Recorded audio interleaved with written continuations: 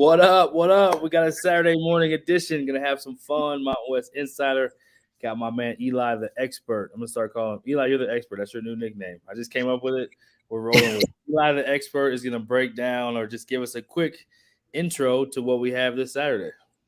Yeah, it's a big Saturday in Mountain West, final day of the regular season, and most of the seeding is locked in, but still have the 2 and the 3 seeds to be decided right now, which will play a pretty big role in what this bracket looks like, with Colorado State and San Diego State still to be decided. But otherwise, everyone else is locked in. We have all of our first round games, even a quarterfinal matchup between Wyoming and UNLV in the 4-5 matchup. The winner most likely gets Boise State, so that's something to watch as well. But still, even beyond just the tournament bracket, plenty of teams that are still fighting for seeding and at-large status in this conference. I'm sure you agree with me here. Wyoming, it's an opportunity for them to be in a much more comfortable position. They've been on a recent lull. It hasn't been the Wyoming that we saw maybe in late January, early February. They've had some tough games of late, but they get a chance to host their senior day today in Laramie against Fresno State. It's a game that they really can't afford to lose, even though Fresno State's a top 60, top 70 team. Just can't drop that type of game at this juncture of the season, especially given that they're now 2-4 in their last 6. So need to get on the right path for Wyoming. I think everyone else that's in the at-large conversation, I think, is just about locked up. SDSU has done enough. Boise's regular season champs. Colorado State's got great metrics and good wins. So fascinating time of year. And you also have that second tier that we've talked about quite a bit. Those teams that are in that mix that could definitely do damage in the tournament. Might not be an at-large consideration, but we know they can win a game or two in March. So great league this year. It's been fun to follow along, and there are no shortage of storylines at this point, that's for sure. No doubt. A lot of storylines. You touched on a bunch. A lot of potential spoiler alerts in the tournament. Big day today. I think you pretty much covered it. I'll just go over it again. The big one of the day, or big 2 of the day, should be, of course, tournament implications. You have Colorado State and Boise State, essentially the preseason favorite versus the team that outright won it. Colorado State's already beaten them once in Boise, so that matchup is going to be some must-see TV. Colorado State losing the game, 2 games to UNLV, and also losing at Wyoming. I don't remember their 4. San Diego State. So they have lost all 4 of their games in conference play, but they're playing some of their best basketball right now, as is Boise. And I think, some of my observations are obviously Wyoming and Colorado State, the 2 teams that have been ranked in this conference. Both of them shortly after they were ranked kind of had to go through a little bit of a recalibration, right? I think there's a little bit of that. You work so hard to get to a certain stage. Now you're getting this national attention, and now you're almost the hunted different way. Now Colorado State was already the hunted because they're preseason favorite, but I think it just does something different to you, knowing that you've accomplished that part of the goal. So I think Wyoming's in a better position because they're now the hunters and not the hunted anymore. But they have had an insane schedule because of their early on COVID pause. They had to make up a bunch of games in the back end. I mean, literally, if you look at their schedule, they played Colorado State, they played Air Force on a Saturday, they played Colorado State on a Wednesday. Then they played Nevada on a Saturday. Then they played San Diego State on a Monday.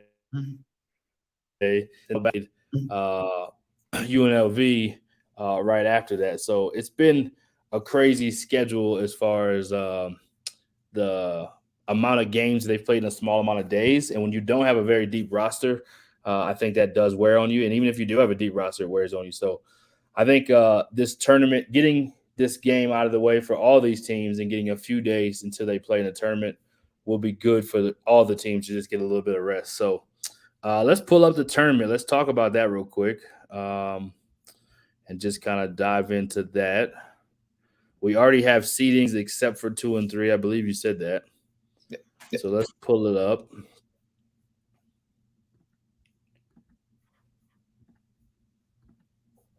And talk about this schedule. All right, so here's our bracket. Can't super zoom in on it per se, but we have Boise as the 1 seed. The 2 and 3 seed will be between San Diego State and Colorado State. Which credit to San Diego State, which some people at one point thought they were out of the picture. They had a must win against Wyoming in their own tournament picture. They felt like it was a must win in a close game, and they were able to get that, and they did. So got to get well. So they're playing great basketball at the right time. So one of those two will be 2 and 3. Wyoming and UNLV play Thursday. They play in the quarterfinals. New Mexico plays Nevada, and the winner goes to play Boise, Utah State, and Air Force, and the winner plays the number 2, and then Fresno State and San Jose. So what's your thoughts when you kind of see this initial bracket? Well, I think probably my initial takeaway is that 4-5 game between Wyoming and UNLV. I think that's traditionally a dangerous spot for whoever's the number 1 seed in this bracket, and I think the same case is this season as well, because I think both Wyoming is capable of beating Boise State, and UNLV, we've talked about this a little bit, their peak is very high, and they dominated Colorado State both times that they played. I think it's more of a consistency thing at this point and playing at that level that they've shown.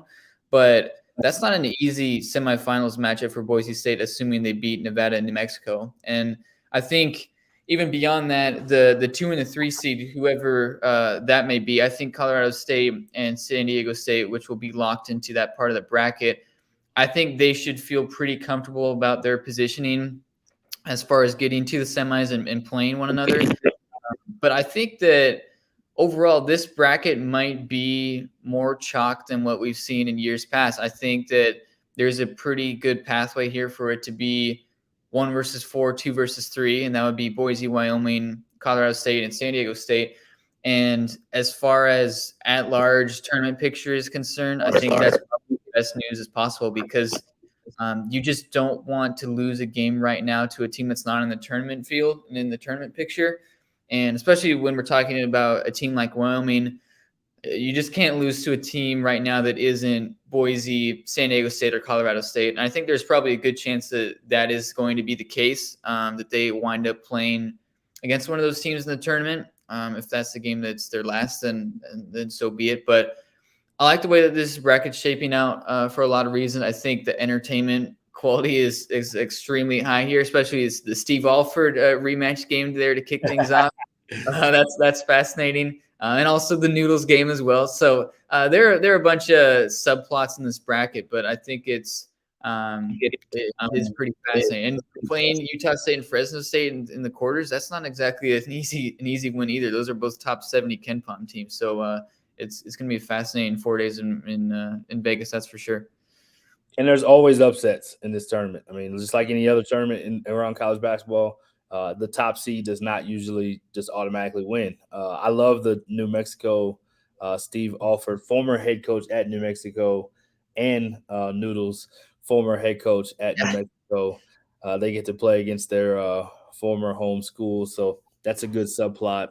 And yeah, look at all these this bracket. I mean, looking at the matchup. So Fresno State, for example, we talk about they play Wyoming today. We play Mexico today. So those games are going to be good. But with the Fresno State game, they almost beat San Diego State at San Diego State. It goes to double overtime. And so Fresno State has shown that they are one of the better teams in this conference. Like you said, top 70 team. They've been pretty much top 60 to 70 for a large part of the year. And we have one of the best players in the league in Orlando Robinson. So you definitely love anytime he's playing, because you know that they can do some big things. But I'm curious to see as this thing ends, like you said, how some of the teams that maybe haven't gotten the national attention that they want, how they try to grab some of that on this big stage. Because you do have 4 teams, it seems like they're close to being a lock. So I do think those matchups look, looks like some must-see TV for sure. Yeah, I think the one other thing to mention here, which is so staggering about the conference this year, is traditionally if you're a 2 or a 3 seed, you're not really playing another tournament caliber team until the semifinals, if not the finals. And for SDSU and Colorado State, one of them is going to play either Utah State or Fresno State in the quarterfinal matchup. And that's a top 60, top 70 team. And in years past, that's probably a team that's ranked 120 to 150 nationally. It's very different this year. Teams are a lot better, and that middle in this conference is much stronger than it has been. Sure. So there are never easy wins in Vegas for this conference, and I think that's especially the case this season, given the nature of this league and what it looks like. But I think it's going to be a lot of close matchups and a lot of really good finishes in Vegas this year. So it's going to be a lot of fun to watch. Yeah, so just going some of the matchups, and I'm going to skip the first round and go to the second round and go backwards. Wyoming UNLV has only played once in the regular season, and they just played their last game against UNLV and lost 64-57, which Wyoming not a super high-scoring team, but they have a duo that normally averages 40 a game, so they only score 57. The biggest stat that jumps out from this particular game is probably the rebounds, 44-36, which Wyoming doesn't normally get out rebounded, and just being able to keep Graham Ike to only 14 points on 6 of 19 shooting doesn't happen very often either. So that'll be a good matchup. Let's go to what other matchups we have? New Mexico and Nevada. Let's see what we got here. See what the matchup history looks like. New Mexico, Nevada has played. They played way back on January 1st. It's a long time ago. Is that their only matchup that I see? Yep. Yeah, only matchup. Their only matchup was won by Nevada by 9 at home. So New Mexico obviously playing some good ball. They play UNLV today on senior day. So they're definitely one of those teams I think everybody has marked as like they have some explosive backcourt, as does Nevada. So it really will be the battle of the backcourt when you have Mashburn and House playing against Cambridge and Sherfield. Really probably two of the best, if not the two best statistical backcourts in the conference. I won't say that's the best winning backcourt in the conference, but statistically, those two backcourts are the most dangerous. So anything stick out to you in that matchup before we talk about Utah State and Air Force? Yeah, I mean, they're for an 8-9 game, they're both extremely dangerous, and they've got guys who are these, microwave type players, these guys who can put up 30 or 40 a night with Cambridge, Sherfield, and also Jalen House, and even throwing Mashburn in there as well. So whoever comes out of that game, it's not going to be easy for Boise State because you never really know when they're going to have their night. And even though Nevada and New Mexico both haven't have great seasons this year, they've had their nights. They've had some nights where they've played extremely, extremely great basketball. Nevada showed up. They almost beat San Diego State on the road. They also beat Utah State and Fresno State and had some close calls against some good teams. And we just recently saw New Mexico beat Wyoming, but then they turned around and lost to San Jose State. So those are two teams that are certainly not consistent, but we saw that their peak can be pretty high. I think they're almost like a tier lower than UNLV in that extent, but they've got the capable talent there to make things interesting. I don't expect either of them to necessarily beat Boise State, but I also think traditionally with this bracket, that one seed playing right around noon or 11:30 local time, it's just a game. I think it takes a little bit of time. Boise's been in that game before as the one seed. It took them a little while to get going, and it's a bit of a challenge. So fascinating bracket, that's for sure. Yeah, I'm going to talk about let's talk about Boise real quick. We haven't given them their flowers. They are the team of the week. We had some awards that we did give out. They were the team of the week before they won the conference championship, and then it became even more obvious they were the team of the week after.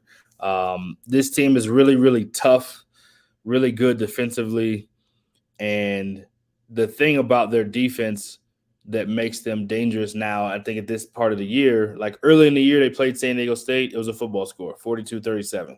I think Boise was still trying to figure out their offense, but it's two elite level defensive teams in the country, both San Diego State and to their credit, San Diego State starting to play really well offensively too.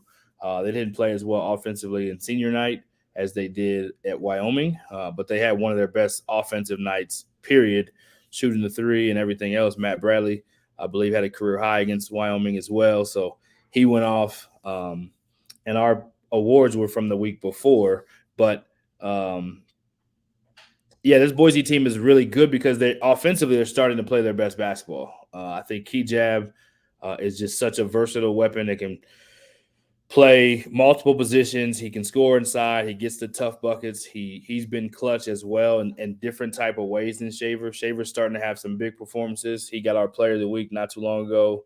Had two 20-point games in that week, then followed it with a 27-point game. So he's starting to really blow up. Tyson Dagenhart has run away with the freshman of the year a long time ago. And he's a huge weapon as a four who can really stretch. And sometimes they play him at the five, mismatch wise. Acot, obviously a great defender and kind of the Swiss Army knife that does a lot for him. And Max Rice has played some good basketball. They've gotten contributions from everyone, but their offense has really gotten going to go with their defense. And such a gritty, tough, experienced team. They're so much older. They have a lot of guys that have either sat out or played at high major or been at high majors. And so this Boise team is one that I think will definitely make it to the semis. They obviously split with Wyoming in the regular season. They're playing better basketball than Wyoming right now. Wyoming got the last one of them, but I think they match up well with each other. Will be a slow-paced game and a grind of a game. The two coaches have worked together, so that will be a big-time game. So I wanted to give if Wyoming is able to get there, and then Boise just played UNLV as well, and they had a competitive game. Boise was able to win by 10. So credit to Boise, Coach Rice. This is the best team, in my opinion, he's had since he's been at Boise. It doesn't have the NBA draft pick or NBA player sexy, and it's not an offensive-minded team like people usually associate with his teams. But I think this is the best team he's had since he's been there because they're so good defensively, so tough, and there's so many different kind of offensive matchups that can kind of just throw you off just enough to where they can make things hard on you. Yeah, and it's a very versatile team, and you have a lot of guys who have size but can also play between the 1 and the 3 or the 1 and the 4 or the 2 and the 5. So a lot of guys who can play different positions, and we've seen Kejab bring the ball up. We've seen Acot bring the ball up. We've seen Dagenhart play in kind of a guard wing type role. And then even pairing someone like Mladen Armouche down low, who's just a bruiser and gets boards like crazy. I think one of the things that allows Boise State to be so successful this year is just how great they are at just one-shot defensive possessions. So they don't allow second chance opportunities. And I think because their offense isn't quite nearly as good as their defense is, which obviously says a lot because their defense is elite, but being able to only allow one shot attempt on a defensive possession, it allows it so that you can score 7 points over a 2 or 3 minute stretch and still go on a 7-0 run. So it's a team that can shut down opposing offenses with relative ease. And I think just the defensive ability of this team, it allows them to really shut down opposing teams. So, and they have guys who hit clutch shots. We've talked about that as well too. Marcus Shaver, he's missed one clutch shot this year, I believe. He's just been phenomenal when it matters most. And now I think more so than just hitting shots with a minute or 30 seconds to go, he's putting together full 40-minute performances and leading this team in offense. But just a lot of versatility on this roster.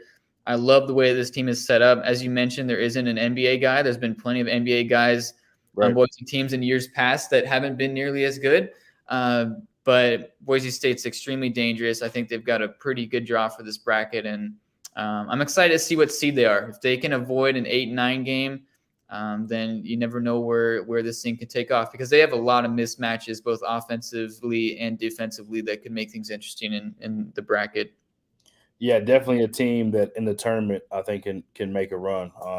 And we'll talk more about the NCAA tournament next week when we do our show to talk about our awards that we're going to give out that we're excited about, along with just kind of giving a full tournament preview, although we're kind of diving into a lot of the tournament preview now just because why not? It's fun. Let's do it. Yeah. So Fresno State, San Jose State, and then we have Air Force and Utah State. So with the Air Force Utah State, there was a split. The first time Air Force beat them on December 29th, 49-47 at Air Force. And then the second time at Utah State, they won 73-46. So huge differential. Air Force has had the capability that they can beat this Utah State team. This Utah State team at one point was, I mean, even John Rothstein was screaming about how it's a 5-bid league when they lost to Wyoming in double overtime. But some things happen. I don't know exactly what it is. I haven't followed it closely. I can admit that to say what's happened to this Utah State team. I know they had some injuries early, but they just, for whatever reason, ever since that game, that Wyoming overtime loss, they just haven't been able to be as consistent either. They've taken some L's that probably have way pushed them out of the tournament picture, but surprisingly took some L's. So, and Air Force is just, they're a team that's known to kind of be a spoiler team in this tournament. They have done it before, and they have capability to kind of play on that neutral floor and play their style of play, which is a grind, we all know, and not an exciting team to go play up against. So, this is as good of a Air Force team with Walker as that can, as far as the regular season, they were better going into conference than they had been in a long time. So you got to give them their credit. They have capability. They probably, the beat down and the schedule and everything else has maybe hurt them, but could be dangerous. I don't know. I still would like to think Utah State should win this game, but Air Force is a dangerous team when it comes to tournament time. Yeah, I think Utah State should be a pretty comfortable favorite in this one. I think particularly with how Air Force has played of late, and they've hit some tough stretches too, just like Wyoming has, and a lot of teams have. But looking at the stretch where Air Force got into this losing streak, which they recently broke in their senior night against San Jose State, they had to go and play Wyoming, Utah State. These are all consecutive games. Wyoming, Utah State, New Mexico, UNLV, San Diego State, Boise State, Wyoming, and then Fresno.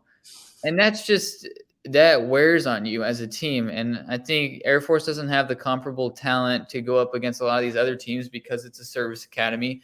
But that is a tough stretch. And there are a lot of teams in this conference, and there was no way in knowing that Boise and Wyoming would be this good this season. So with the way that the schedule is set up, a lot of teams went through 4, 5, 6 game stretches where they're playing the very best teams in this league. Right.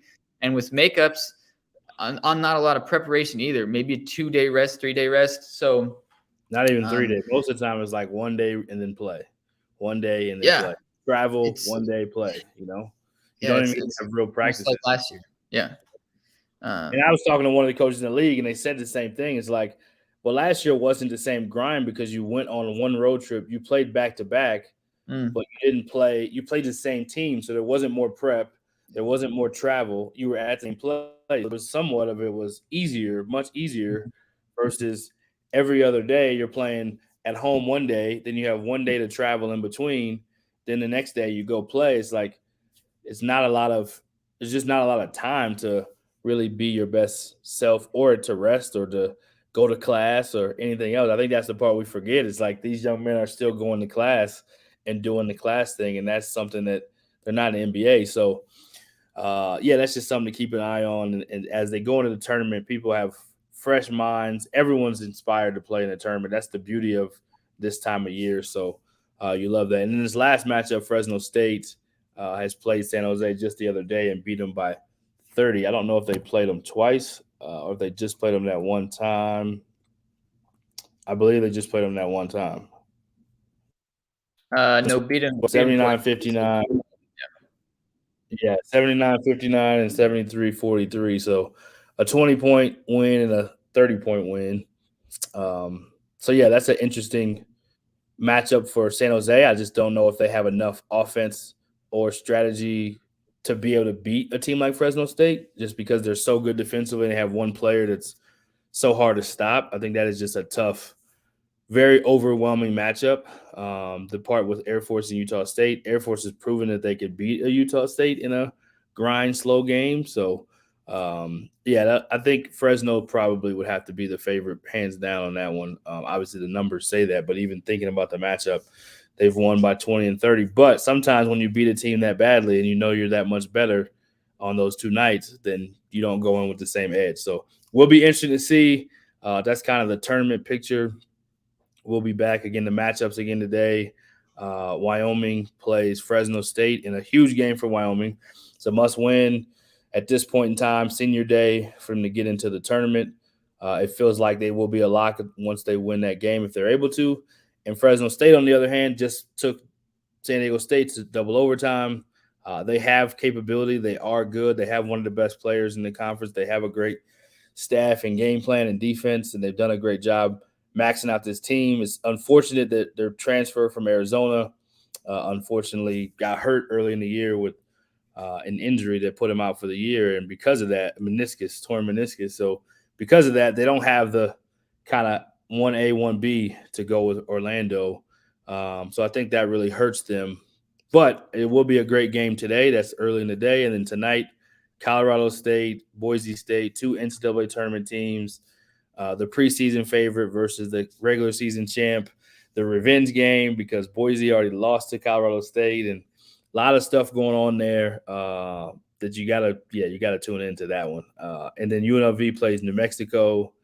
I believe there's I think that may be the only games. Am I missing one? Nevada plays San Diego State at San Diego State. So that's another one to keep an eye on. So yeah, that's the Mountain West. We will be back soon, probably the beginning of this upcoming week, to talk about the awards for the season and do a little bit more deep dive into this conference. We'll have a better view of the last couple seeds, and then we'll talk a little bit of NCAA tournament with some of the teams that are going. So exciting times in the Mountain West. Appreciate you joining, and tune in.